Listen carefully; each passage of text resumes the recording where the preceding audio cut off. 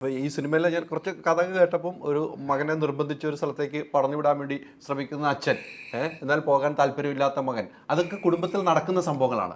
അത് ഒരു ഫാമിലിക്ക് വേണ്ടി തന്നെയാണ് ഈ സിനിമയുടെ യാത്രയെന്ന് എനിക്ക് തോന്നുന്നു.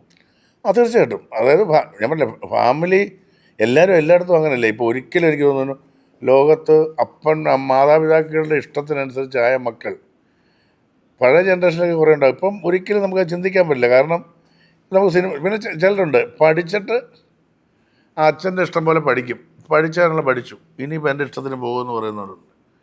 ഇപ്പോൾ സിനിമയിൽ തന്നെ എത്രയോ ഇപ്പോൾ എഞ്ചിനീയർമാർ ഒരുപാട് പേര് വന്നേക്കുന്ന എല്ലാം അവർക്ക് സിനിമ മനസ്സിലില്ലാഞ്ഞിട്ടല്ലായിരുന്നു അന്ന്. പക്ഷേ വീട്ടുകാരുടെ നിർബന്ധം പഠിക്കാതെയും എന്ന് പറഞ്ഞു. അതുപോലെ തന്നെ നമ്മുടെ ഈ രഞ്ജിത്തും അങ്ങനെ തന്നെയാണ്, റിയൽ ലൈഫിലും അങ്ങനെ തന്നെയാണ് പറയുന്നത്. ആദ്യം നീ പഠിക്കാൻ പറഞ്ഞിട്ട് ഏതോ ഒരു സിവിൽ എഞ്ചിനീയറിംഗ് ഡിഗ്രി എടുത്തതിന് ശേഷമാണ് ഇതാ ഡിഗ്രി, ഇനി ഞാൻ അഭിനയിക്കുക എന്ന് പറഞ്ഞ് ഇറങ്ങിയേക്കുന്നത്. അപ്പോൾ രണ്ടും കേൾപ്പിച്ച് ഇറങ്ങിയേക്കുന്ന ആ ഒരു യാത്രയിൽ നിങ്ങളൊക്കെ കൂടി. പിന്നെ ഇതിനകത്ത് മനോജേട്ടനുണ്ട്, അതുപോലെ നമ്മുടെ ഡോക്ടർ റോണിയുണ്ട്. റോണി എന്ന കഥാപാത്രം ഒരു കർഷകൻ. അയാളുടെ പ്രവൃത്തിയാണ് ഹീറോയെ ഇൻസ്പയർ ചെയ്തത്. അയാൾ ഇതുപോലൊക്കെ ഒന്ന് ആകാൻ പറ്റി, നമുക്കങ്ങനെ തോന്നുമല്ലോ, ഇതുപോലൊക്കെ ഒന്ന് ആകാൻ പറ്റിയിരുന്നെങ്കിൽ നമുക്ക്. എനിക്ക് പണ്ട് ഭയങ്കര ആഗ്രഹമായിരുന്നു ഈ മുണ്ടിയരുമ ഓടിക്കുന്ന കുട്ടപ്പായി. ഞങ്ങളുടെ നാട്ടിൽ ചങ്ങനാശ്ശേരി മുണ്ടിയരുമയ്ക്ക് പോകുന്നൊരു ബസ്സുണ്ട്. കുട്ടപ്പായി വണ്ടി ഓടിക്കുന്നതാണോ അല്ല വളമൊക്കെ ഇങ്ങനെ പഴയ പവർ സ്റ്റിയറിംഗ് അല്ല, നമുക്കൊരു കൊതി തോന്നുമായിരുന്നു. അന്ന് കുട്ടപ്പായി ആണോ എന്ന് നമ്മൾ ആഗ്രഹിച്ചിട്ടുണ്ട്. ഏതാ എന്ന് പറഞ്ഞാൽ നമുക്ക് ഓരോ കാലത്തും അവർ ഹീറോ ആയിരുന്നു നമ്മൾ. അല്ല അങ്ങനെ ഒരുപാട് പേര് ഉണ്ടാവും. അങ്ങനെ റോണിയുടെ കഥാപാത്രം ആണ് അങ്ങനെ ആഗ്രഹിക്കുന്നു ഒരു.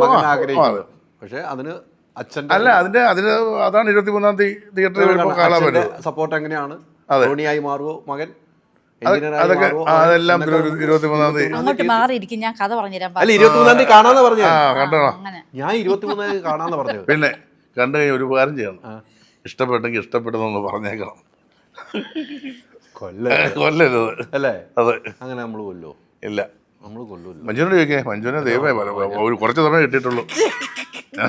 ജഡ്ജ് കഴിഞ്ഞിട്ട് വന്നോളൂ. മനോരമ കണ്ട നമുക്ക് മാർക്കിടാൻ വേണ്ടി ഇരിക്കണമല്ലോ ഇപ്പൊ ഇരിക്കുന്നത്. ഇല്ലില്ല, ഞാൻ വേറൊരു ഷൂട്ട് ഉണ്ടായിരുന്നു, അത് കഴിഞ്ഞു. ഈ പറഞ്ഞ കഥാപാത്രം, ഈ സിനിമയിലെ കഥാപാത്രം വെച്ചൊരു മകൻ്റെ കൂട്ടുകാരനായി, അച്ഛൻ്റെ കൂട്ടുകാരനായി അങ്ങനെ നിൽക്കുന്ന ഒരു കുടുംബങ്ങൾ ഒത്തിരി ഉണ്ടല്ലേ. നമ്മുടെ എല്ലാ വിഷയങ്ങളും മറഞ്ഞു പോകുന്ന കുടുംബം. ഇതിലേറ്റവും ഫീൽ ചെയ്തൊരു സംഭവം ഉണ്ടായിരുന്നു. അങ്ങനെ ചെയ്യുമ്പം നമ്മളിലും ഇങ്ങനെ ആളുകൾ ഉണ്ടായിരുന്നല്ലോ എന്ന് ഒരു സിറ്റുവേഷൻ ഉണ്ടായിട്ടുണ്ടോ മഞ്ജു ചേച്ചിക്ക്? അല്ല, ഇത് ആക്ച്വലി ഇത് അച്ഛനും അതായത് ജോണി ചേട്ടൻ്റെ ക്യാരക്ടറും എൻ്റെ ക്യാരക്ടറും, അതായത് ജോണി ചേട്ടന് കൂടുതലും പെൺപിള്ളേരായിരുന്നു ഫ്രണ്ട്സ്. കഥയിൽ പെൺപിള്ളേർ ഫ്രണ്ട്സ് ആയിരുന്നു. അതിൽ ഏറ്റവും അടുത്ത ഈ പറഞ്ഞ പോലെ ബെസ്റ്റ് ഞാനായിരുന്നു. വിഷമങ്ങൾ മുഴുവൻ പറയുകയും എന്നാൽ എനിക്ക് എടപ്പട എന്ന് വിളിക്കാൻ പറ്റുന്ന മരമോന്തേ മഴവാഴ എന്നൊക്കെ വിളിക്കുന്ന ഒരു ഫ്രണ്ടാണ്. അപ്പം എല്ലാ ദുഃഖങ്ങളും പറയുകയും മകൻ്റെ ദുഃഖങ്ങൾ വന്ന് പറയുകയും ഒക്കെ ചെയ്യുന്ന ഒരു ആത്മാർത്ഥ സുഹൃത്താണ്. എൻ്റെയും എനിക്കൊന്ന് മനോജിൻ്റെ ക്യാരക്ടറും ഞങ്ങളുടെ കല്യാണം നടത്തുന്നതും ജോൺ ചേട്ടൻ്റെ ക്യാരക്ടറാണ് കല്യാണം നടത്തി തരുന്നത്. അപ്പോൾ ഈ പറഞ്ഞൊരു പ്രണയം അങ്ങനെ കുറേ സംഭവങ്ങൾ ചെറുപ്പത്തിലേ ഉള്ളത് കാണിക്കുന്നുണ്ട് അല്ലേ, ചെറുതായിട്ട് കാണിച്ചു പോകുന്നുണ്ട്. അൾട്രാ മോഡേൺ കിച്ചൺ ഡിവൈസസ്, ഒരു കിച്ചണിൽ വേണ്ട എല്ലാ ലേറ്റസ്റ്റ് ബ്രാൻഡുകളും ഇവിടെയുണ്ട്. ലോകോത്തര ബ്രാൻഡുകൾ, original products, wide range. MyG future. WhatsApp വഴി ഇംഗ്ലീഷ് പഠിക്കാൻ ഇംഗ്ലീഷ് കഫേ ഉള്ളപ്പോൾ ഇംഗ്ലീഷ് ഒരു വിഷയമേ അല്ല. English cafe, we present you the perfect English.